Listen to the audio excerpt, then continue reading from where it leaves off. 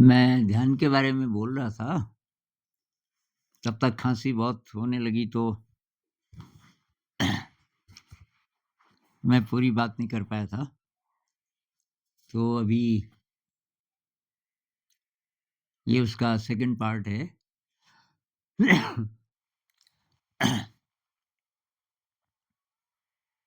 तो बेसिकली मैं बोलना ही चाह रहा था कि ध्यान प्यूरिफिकेशन के लिए है और ये प्लेज़र के लिए नहीं है। विपस्सना मेडिटेशन जो मैं रिकमेंड करता हूँ उसमें तो बहुत ज़्यादा दर्द भी होता है। तो दर्द क्यों होता है? थोड़ा-सा मैंने बोला पिछले वीडियो में पार्ट 1 देख लेना पहले। थोड़ा मैं और बोलूँगा इसको साइंटिफिकली क्या एक्सप्लेनेशन है इसका। तो इसका थोड़ा-सा ज़िक्र जे कृष्णमूर्ति जी और डेविड बोहम ने किया है। उनकी किताब है द एंडिंग ऑफ टाइम। उसमें वो ध्यान तो नहीं बोलते, लेकिन वो ये कहते हैं कि जब ये ब्रेन के रीऑर्डर अ, होने का प्रोसेस शुरू होता है, मतलब आपके ब्रेन में जब सुव्यवस्था आनी शुरू होती है, तो तब क्या होता है?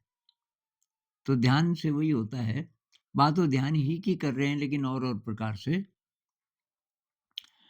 तो ध्यान का असर होता क्यों है? तो भई एक बात तो ये है कि कहते हैं कि 98% हमारी जो एनर्जी है, मेंटल एनर्जी वो फालतू सोचने में खर्च हो जाती है।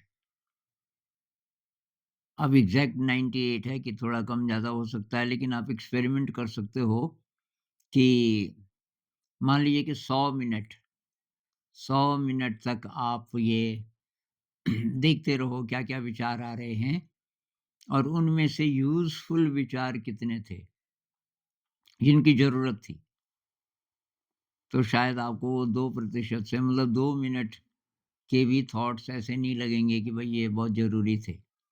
तो ज़्यादातर हम बेकार सोचते हैं, भविष्य के बारे में। भई भविष्य जब आएगा तब आएगा, अभी अगर आप सोच रहे हो कुछ भी तो वो निरर्थक है, पास्ट के बारे में।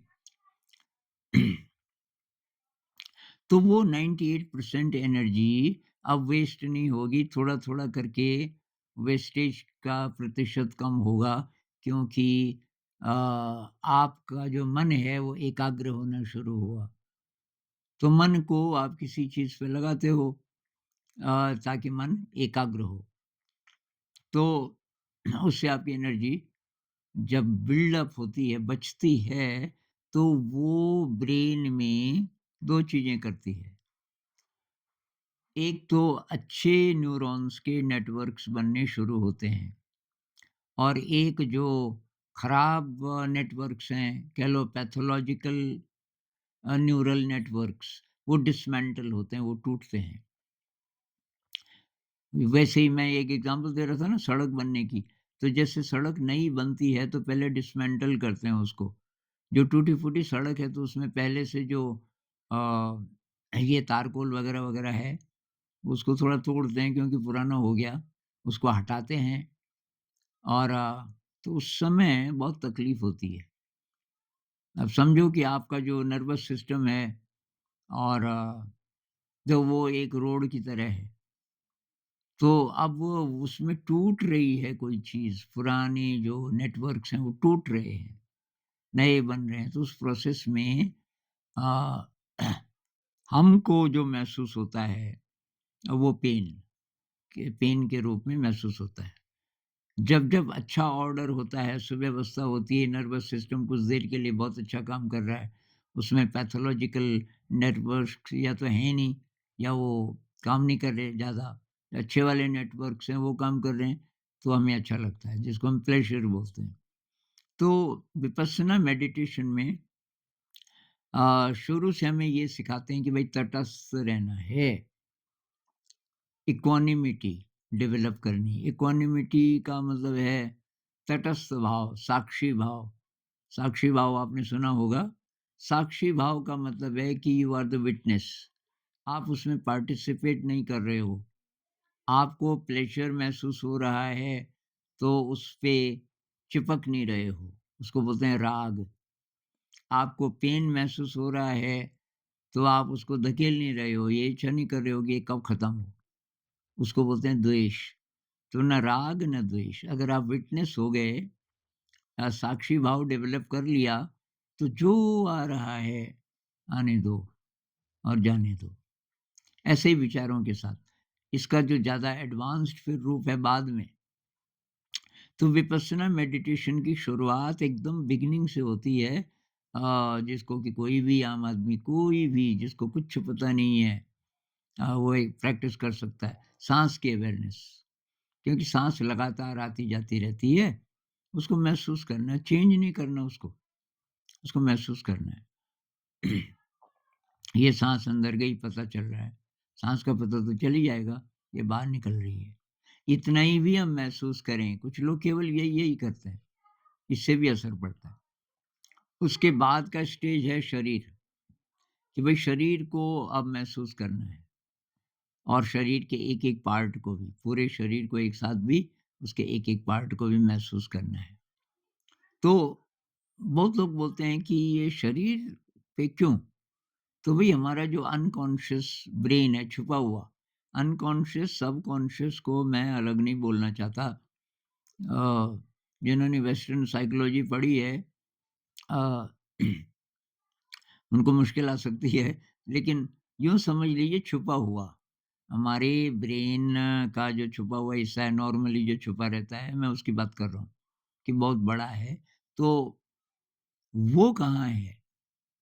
तो अभी जैसे कैंडिस पर्ट एक हैं डॉक्टर, जिन्होंने इस पे रिसर्च की है, वो कहती कि सारे शरीर में ये हमारा दिमाग फैला रहता है एक तरीके से, और अनकॉन्शियस हम जिसको बोलते हैं, सबकॉन्शियस कुछ भी कह लो, वो भी दोनों को एक ही साथ बोलती है। वो सारा का सारा हमारा कहाँ है? शरीर में। तो शरीर को हम जितना-जितना ज़्यादा महसूस कर पाएँगे, हम अपने छुपे हुए ब्रेन के साथ, अनकॉन्शियस, सबकॉन्शियस के साथ भी काम कर रहे होंगे। कहते हैं ना कि कोई ट्रॉमा है, कोई चाइल्डहुड का बहुत ज़्यादा डरावना एक्सपीरियंस है, इत्यादि, इत्यादि, वो हमारे सबकॉन्शियस में रहता है। और कोई और भी गहरे संस्कार हो सकते हैं, जो कि अनकॉन्शियस में हो सकते हैं। तो जब हम शरीर की अवेयरनेस को बढ़ाते हैं, तो वहाँ भी काम चल रहा होता है। तो ट्रॉमा है, कुछ भी है, कोई भी साइकोलॉजिकल परेशानी है आपको, वो सब दूर होनी शुरू हो जाती है। जब ध्यान का रियली अभ्यास होना शुरू हो जाता है। उसमें टाइम लगता है। पहले दिन से नहीं होगा ध्यान। पहले तो आप बैठना शुरू करोगे, तो अच्छा लगेगा, लेकिन इसका मतलब ये नहीं है कि आपको सचमुच ध्यान होना शुरू हो गया। उसका ज़रा टाइम लगता है। हो सकता है किसी-किसी का पहले से मतलब तैयारी है, पिछले जन्मों से, उसको पहली सिटिंग में भी कुछ होने लग जाए। पर ये मान के चलिए कि लंबी यात्रा है। अच्छा साहब, इसमें दर्द बहुत होता है, ये तो मैं बोल ही चुका हूँ। सबको नहीं होता, लेकिन किसी को कम होता है, किसी को ज़्यादा होता है। तो ना दर्द से घबराना है और ना प्लेज़र की क्रेविंग करनी है। अब कुछ छोटी-मोटी और चीज़ें हैं कि कब करें ध्यान, भई कभी भी कर लो। Everywhere and all the time. ये जो बैठ के करते हैं, ये एक ही पक्ष है कि भई बैठ के ध्यान करना। लेकिन दूसरा पक्ष है जिसको आजकल माइंडफुलनेस कहते हैं, कि बस अवेयर रहना है हर समय। हम जो विटनेस बोल रहे थे, साक्षी भाव, देखते रहो। देखने वाला कौन है? तो जो वेदांत वाले हैं वो कहते हैं कि तुम प्योर कॉन्शियसनेस हो। तुम न शरीर हो, बेसिकली, मूलतः आप न शरीर हैं और न मन है। आप वो हैं जो इनको देख रहा है। तो थ्योरी में ज़्यादा न पढ़ें। कहने का मतलब आप तटस्थ होना सीख रहे हो किसी भी परिस्थिति में। तो दिन भर हमारा शरीर जिस-जिस पोस्चर में होता है, भई शरीर या तो बैठा होगा या खड़ा होगा या चल रहा होगा या काम कर रहा होगा या लेटा होगा। तो बुद्ध कहते हैं, शरीर किसी भी अवस्था में हो, आपका शरीर है ना, तो महसूस तो हो ही सकता है। तो आप शरीर को महसूस करते रहिए। साँस तो चल ही रही होगी, चाहे शरीर का कोई भी पोस्चर हो, साँस को महसूस कीजिए। तो ये जब हम करने लग जाते हैं दिन भर, आप बस में बैठे हैं, आप कार चला रहे हैं, आप ऑफ़िस में हैं, आप कुकिंग कर रहे हैं, कुछ भी कर रहे हैं, शरीर है ना आपके पास और साँस भी है, साँस चल रही है, तो उसको महसूस करने की बात है बस। और जो भी महसूस हो तटस्थ। इसका अब एडवांस्ड रूप है, जब काफ़ी आपकी प्रैक्टिस हो गई, तो शरीर खुद ही महसूस होने लग जाता है, अपने आप। आपको ज़्यादा ध्यान देने की ज़रूरत नहीं होती, शरीर आपको महसूस हो ही रहा है हर समय। तो ये वैसे ही है कि कोई अ, पानी भर के ला रही है गगरी में, गगरी सिर पे है। आपने देखा होगा बहुत बार वो हाथ भी नहीं लगाती। जो पानी लाने वाली महिलाएँ हैं, ज़्यादातर महिलाएँ ही होती हैं, तो सिर पे गगरी है और चल रहे हैं, उस पे हाथ वो बैलेंस्ड है एकदम। और बहुत बार तो गप भी मार रहे हैं, बातचीत भी चल रही है, गगरी एकदम सही है। तो गगरी का पता चलता रहता है हर समय उसको। ऐसे ही हमें अपने शरीर का पता लग सकता है, पता चलता रह सकता है। तो ये अवेयरनेस जब रहने लग जाती है, तो तब आता है ये ज़्यादा मुश्किल पार्ट मन। मन को भी ऐसे ही देखते जाओ, मन में क्या चल रहा है। तो कैसे देखो जैसे ट्रैफ़िक सड़क पे। आप सड़क के किनारे हो, बैठे हुए आराम से, तो ट्रैफ़िक को हम ये नहीं बोलते ना कि मेरा ट्रैफ़िक, ट्रैफ़िक है और वहाँ फिर राग और द्वेष से फ्री रहो। मतलब मन में जो विचार आ रहे हैं, मान लीजिए किसी की याद आई, कभी किसी से आप प्रेम करते थे, बस अब उसमें शामिल होने लग गए। शामिल नहीं होना, अटैचमेंट, इंडल्ज नहीं करना किसी में भी नहीं। आपको याद आया किसी ने आपकी इंसल्ट की थी, अब आपको खराब लगना शुरू हुआ, वो हुआ द्वेष। इनको देखते जाना है और इससे तब फ्री हो जाओगे आप। मतलब क्या आया मन में और तब आपको क्या हो रहा है उससे, ये देखते आप उसको भी तटस्थ होके देखने लग जाओगे। तो विटनेस, आप विटनेस हो गए, साक्षी भाव में आ गए और आपको शरीर का भी पता चल रहा है और आपको मन का भी पता चल रहा है।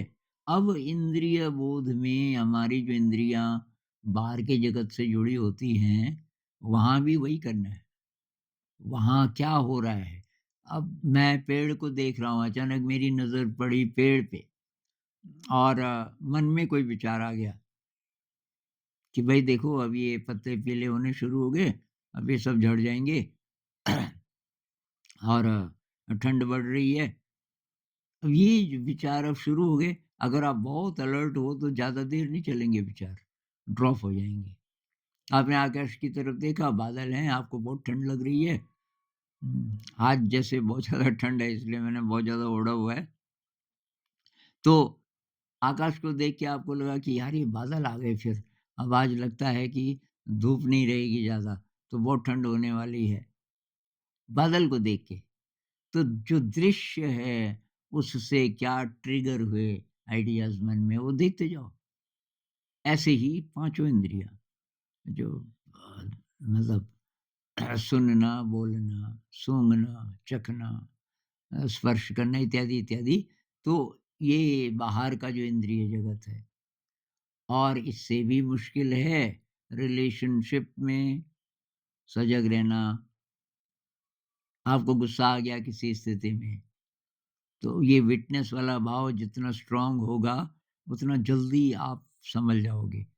गुस्सा आ गया भयंकर आता है ना किसी-किसी को।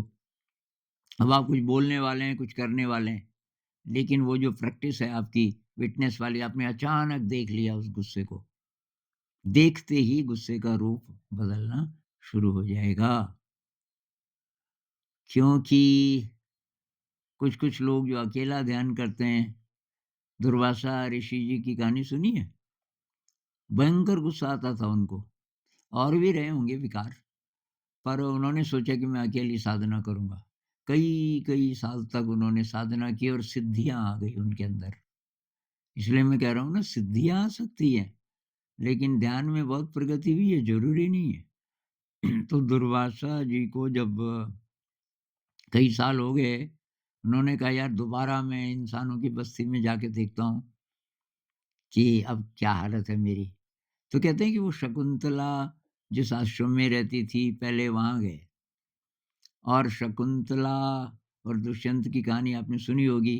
दुष्यंत ने शादी तो कर ली थी, पर अभी शकुंतला को लेके नहीं गया और बोला कि मैं दोबारा आऊँगा क्योंकि मैंने बताया भी नहीं वहाँ बताऊँगा मेरी मेरी शादी हो गई है। अब आया ही नहीं, तो शकुंतला उसके वियोग में थी, बहुत डूबी हुई। इधर से दुर्वासा आ गए, बाहर से इन्होंने बोला भिक्षा दो, दूसरी बार भी बोला भिक्षा दो, वो तो पीछे भी नहीं मुड़ी, उसको सुनाई भी नहीं दिया, इतने गहरे विचार में खोई हुई थी।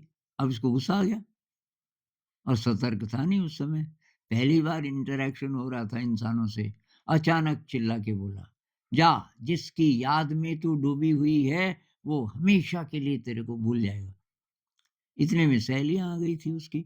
सहेलियों ने दूर से देखा ये अम, काफ़ी देर से खड़े हैं, तो ये सहेलियों ने सुन लिया कि उन्होंने क्या बोला, वो दुर्वासा जी के पीछे-पीछे तो एक सहेली थी अ, ज़रा बोल्ड भी थी, तो उसने प्लीज़, प्लीज़ कि ऐसा मत करो। वो बेचारी तो मर जाएगी फिर, वो आत्महत्या कर देगी और उस तब तक दुर्वासा ऋषि को भी थोड़ा-सा ख़्याल आ गया था कि यार ये मैंने क्या कर दिया? तो दुर्वासा ने बोला कि अच्छा, दुष्यंत ने अंगूठी दी ना उसको, कि हाँ, अंगूठी तो दी हुई है। बस कि वो अंगूठी दिखाएगी। उन्होंने श्राप क्या दिया था कि तू जिसकी याद में है वो तुझे भूल जाएगा। अब उन्होंने बोला कि जैसे ही अंगूठी वो दिखाएगी तो वो फिर याद आ जाएगी उसको। ख़ैर पर इसमें मुख्य बात ये है कि कितने सालों का अभ्यास किया दुर्वासा जी ने और फिर भी गुस्सा, सिद्धि आ गई, श्राप ऐसे ही थोड़ी कोई दे सकता है।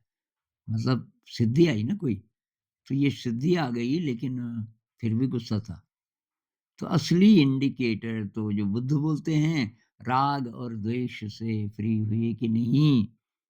हम आम भाषा में बोले नेगेटिव इमोशन से फ्री हुए कि नहीं। अ, तो फ्री होना मतलब ये है इसका लक्ष्य ध्यान का, प्योर होना है। एक मेरी और एनालॉजी है, कैटरपिलर से बटरफ्लाई बनना है। ये थोड़ा ज़्यादा एडवांस्ड स्टेटमेंट है। कैटरपिलर है, वो ज़मीन पे चलता है ना कीड़ा, तितली से पहले कैटरपिलर ही होता है। फिर वो कोकून बनाता है, अपने ही शरीर से कोई धागा निकाल के और उसका आवरण बना के लटक जाता है कुछ दिनों के लिए।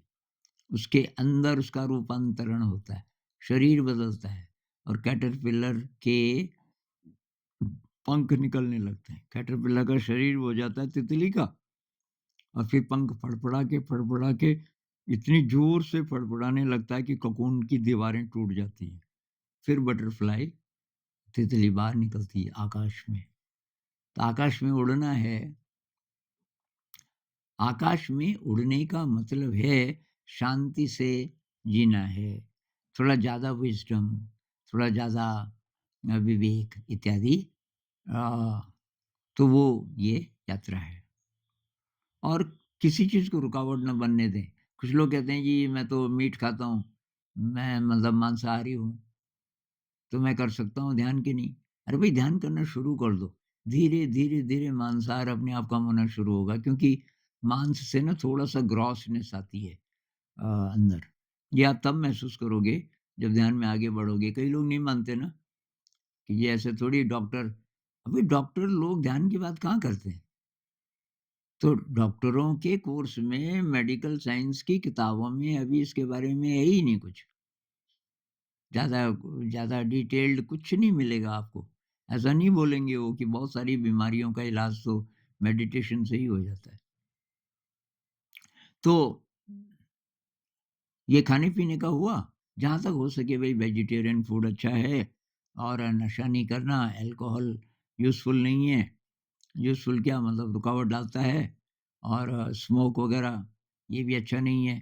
सात्विक भोजन आपको पता है, प्रोसेस्ड फूड मत खाओ आजकल तो खाना ही बहुत मुश्किल है ढूँढना नेचुरल। तो जो प्रोसेस्ड है पहले से डिब्बा बंद है इत्यादि ये बाज़ार में जो चीज़ें होती हैं उनको अवॉइड करो। बेकरी की चीज़ें अवॉइड करो जहाँ तक हो सके। ट्रेडिशनल ये दाल, चावल, सब्ज़ी, रोटी, इडली, डोसा, अप्पम, उत्तपम वगैरह-वगैरह जो ट्रेडिशनल है वो बेस्ट है। थोड़ा सब्जियाँ, थोड़ा फल, दूध से सावधान। दूध अगर आप लेते हो तो कहाँ से ले रहे हो? ये पैकेट वालों में तो प्रिज़र्वेटिव होता है, हो सके तो अवॉइड करो।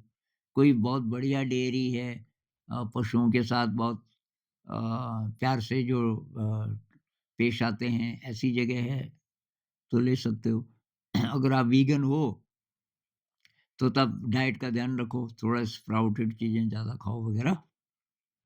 तो ये हुआ खान-पान। अच्छा जी, सुबह नहीं उठ पाता मैं तो क्या करूँ?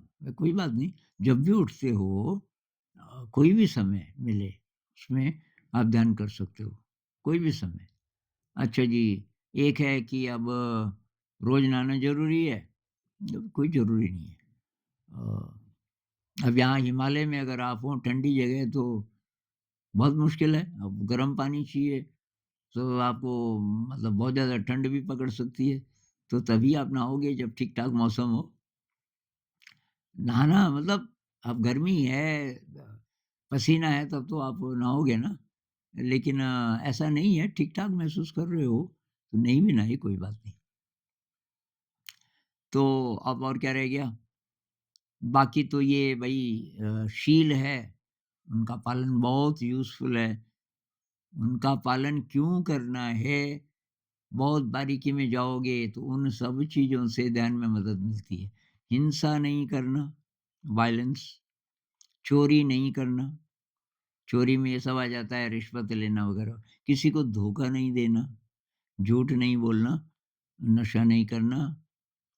अच्छा, बहुत ज़्यादा श्रृंगार नहीं करना, अति। जो नॉर्मल है वो तो ठीक है।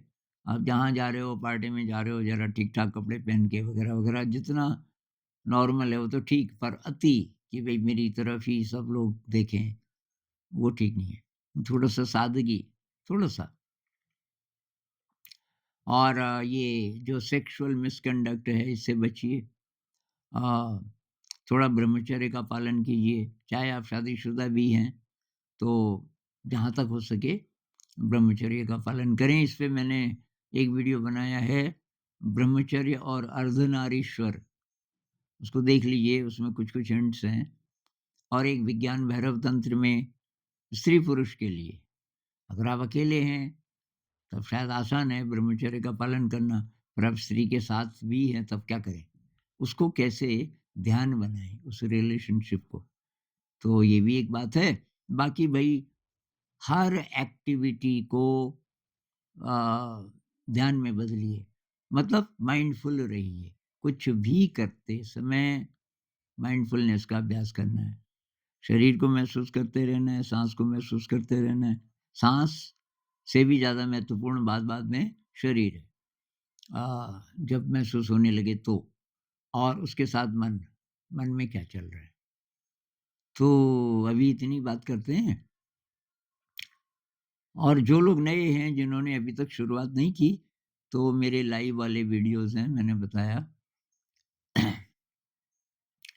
इसी वीडियो में बताया या इससे पहले वाले में उसको भी देख लीजिए, वो पार्ट 1 है, ये पार्ट 2 है। दोनों मिला के तब बात पूरी होती है। और अभी बहुत सारे पक्ष बचे हुए हैं, अब आप सवाल उठाएँगे तो उन पे बात करेंगे।